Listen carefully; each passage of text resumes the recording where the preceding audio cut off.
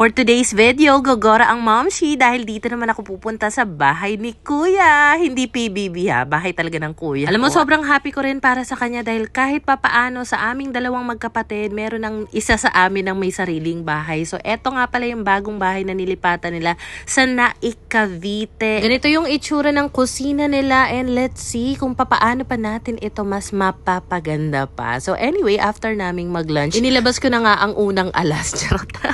Meron ako ditong lagay ng mga pinagpispisan, mga tira-tirang pinagkainan. Perfect kasi ito sa mga lababo. Kaya even doon sa kabilang bahay nila Pinggoy, meron din akong binitbit na ganyan para sa kanila. Para at least lahat ng mga leftover na pagkain dyan, mailalagay dyan, maitatapon bago mo maiplastic ba. Para at least doon sa plastic, wala na mga tubig-tubig kasi may drainer nga yan. So ayan, ako na nga ang nagpresentang maghugas ng pinagkainan namin for lunch. At dahil nakakain na ang mom, may energy na, tarat for the go at simulan na natin ito. So kailangan ko lang munang alisin lahat ng mga gamit dito. And meron nga pala akong binigay sa kanila noon pa na orange mop. So nilabhan ko na muna itong mop cloth niya. And then ito yung gagamitin ko para mapunasan itong wall. So ever since lumipat nga dito yung kuya ko, talagang kinukulit niya ako na kumuha na rin dito. Kaya lang napakalayo kasi nito sa amin. And kung ako lang, okay lang naman. Pero si Pinggoy talagang nahihirapan akong i-convince. So anyway, eto nga pala at pinagtatanggal ko na yung mga gamit sa kusina. At ito yung dati kong binigay sa kanila na parang storage cabinet. So aalisin ko na rin yan kasi meron akong binitbit na bagong cabinet. At kapag pang malakas ang cabinet sa kusina, alam nyo na, ang binibida ko talaga lagi dyan is itong cabinet from SIV Home Deco. Hindi naman sponsored itong video na ito, pero very thankful lang din ako dito sa SIV Home Deco kasi nga meron ulit akong na-receive na free product sample from them and ibang style ito ha. Never pa ako nakatanggap ng ganitong cabinet from them and sobrang excited nga akong i-assemble ito. Alam mo, sa lahat yata ng na-receive kong products from them, ito yata yung isa sa pinakamahal. Malaki-laki talaga ito. I mean, sa lahat ng cabinet na na-receive ko from them, ito na yung pinakamalaki, pinakamalapad. So, 120 centimeters nga pala yung lapad nitong cabinet na ito. So, meron itong dalawang boxes nung na-receive ko. Medyo may kabigatan. Kaya talagang sinundo ako ng kuya ko dahil nga mabigat nga itong cabinet. Metal kasi ito, stainless steel. So, medyo na-struggle lang ako sa pag-assemble dahil nung una nga, akala ko okay na. Yung pala, nagkamali ako kaya kailangan ko ulit baklasin tapos mag-start from the beginning. So, eto pa lang ang nai-assemble ko. Inabot na siguro ako ng 1 oras dyan. Alam ko namang worth it ito once na matapos na. At dahil aware ako na mag-assemble nga ako, binitbit ko talaga yung Mitsushi na cordless drill ko para at least hindi na ako mahirapan kapag meron ako mga kailangang screw. Although, minsan kasi, based na rin sa experience ko, kapag ginamitan namin ng cordless drill, yung iba, parang nalulose thread siya. Kaya, minsan talaga ginigauge ko muna kung pwede ba siya sa drill na agad o kaya naman mano-mano dapat. So yung style kasi nito is sa lower part is cabinet siya. Tapos meron ka pang pwedeng ilagay na shelf sa gitnang part niyan. Tapos dito sa may bewang kubanda, yan yung pinaka parang kitchen top or parang pwede kang mag-prep dyan ng mga foods, gawing coffee area. Tapos napapansin nyo ba sa may bandang gitna, yung nasa paligid niya na wall, parang pegboard siya. So pwede ka dyang mag-hook, magsabit ng kung ano-ano, mas maging creative. At hindi pa yan tapos ha, dahil meron pa yang pinto. So yes, sa taas na part, flip top yung pintuan na design and then dito naman sa lower part is di bukas-sara siya. Mamaya ipapakita ko sa inyo. Pero you know what, na-appreciate ko kasi na kahit walang pinto, ang ganda niya na agad. Eto na nga at sisimulan ko nang i-assemble yung sa may pintuan niya. Madali lang naman ito. Tsaka siguro dahil ilang beses na nga rin ako nag-a-assemble ng mga ganitong klaseng cabinet. Kaya feeling ko expert nagkamali nga sa pag-a-assemble nung una. Hindi, yung mga pintuan lang ba, madali na lang siya para sa akin. So eto na nga yung final look niya. Yung pintuan pala nito, meron pa yung white na liner. Transparent talaga yung design nitong pintuan niya. It's just that I decided na wag nang tanggalin yung puti na plastic liner para kung iba-iba man kulay ng mga ilalagay dyan, at least hindi masakit sa mata. Pero if in case naman na gusto nila transparent lang yun sa pinto, pwede naman nilang baguhin yan after. Dinala ko na rin pala itong isang table ko from apartment kasi dalawa na yung ganito ko. Yung akin doon is color white naman yung pinaka-top niya.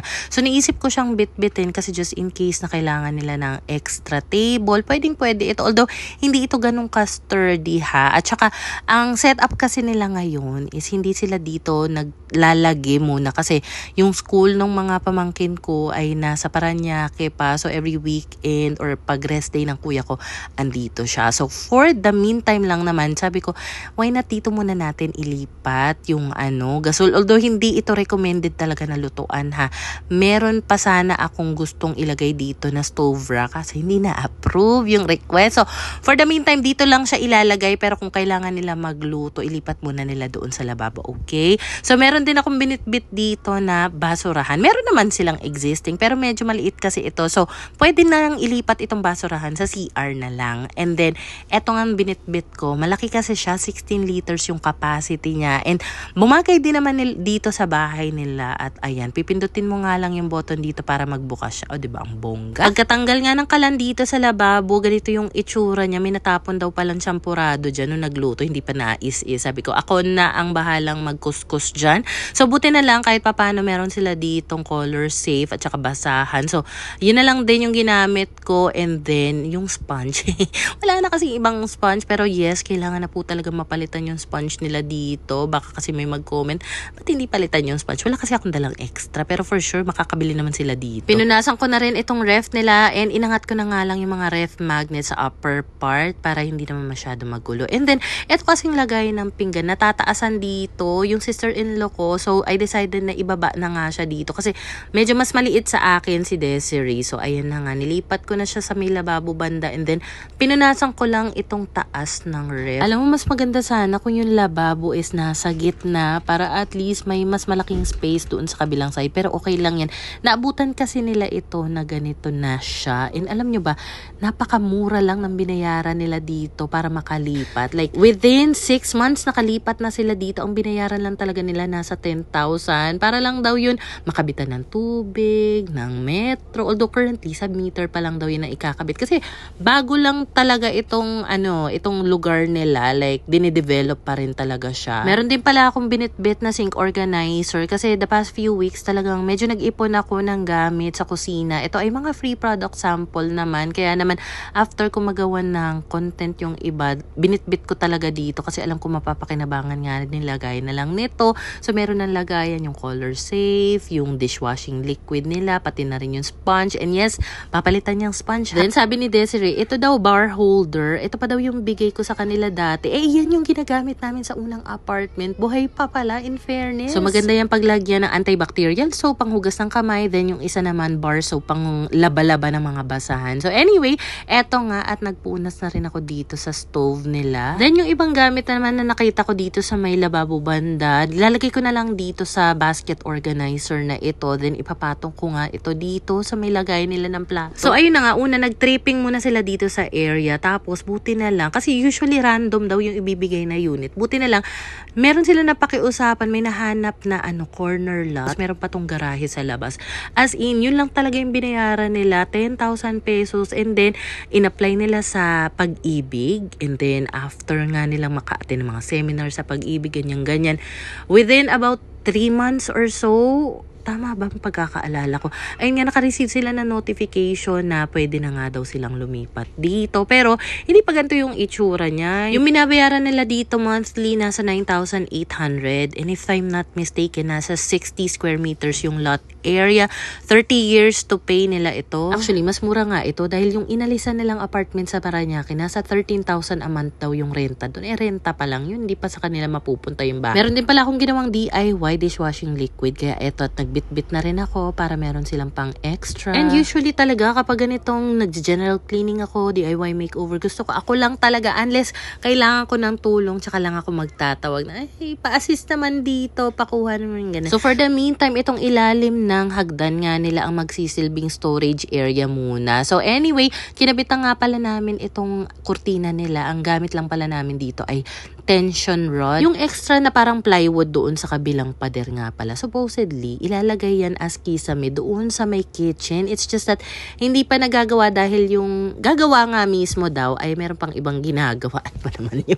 Nakakaloka. Pero sabi ko nga, mas okay na rin na wag mo na ikabit. Alam mo kung bakit? Kasi nung inabutan ko nga ito pagpunta ko dito, may mga nakasampay doon sa tubular. So, ibig sabihin, kapag umuulan daw dito, naanggihan yung mga sampay sa labas, na isasampay pa nila kahit papano doon sa may kitchen gamit yung tubular nga. After lunch nga ako nagsimula and inabot na talaga ako ng gabi dito. Pero feeling ko naman, caring-carry ko na ito matapos. Kusina lang naman at saka newly built. Wala naman masyadong gamit. Wala masyadong kalat. Etong mga ito pala yung inalis ko doon sa dati nilang pantry. So, it's time na para ilipat nga ito sa bagong cabinet from SIV Home Deco. So, meron akong tissue dito na binigay sa kanila dating-dati pa. And ginamit ko na nga lang siya para at least mapunasan yung mga alikabok dito bago ilagay sa bagong cabinet. So, kung sakali man na merong interested dito sa cabinet na ito, maggagawa na lang ako ng separate video after this para dito sa mismong cabinet lang na may link, may yellow basket, kinemerot. Then yung ibang small appliance nila gaya ng thermos at saka itong air fryer, dito ko na nga lang sa may bandang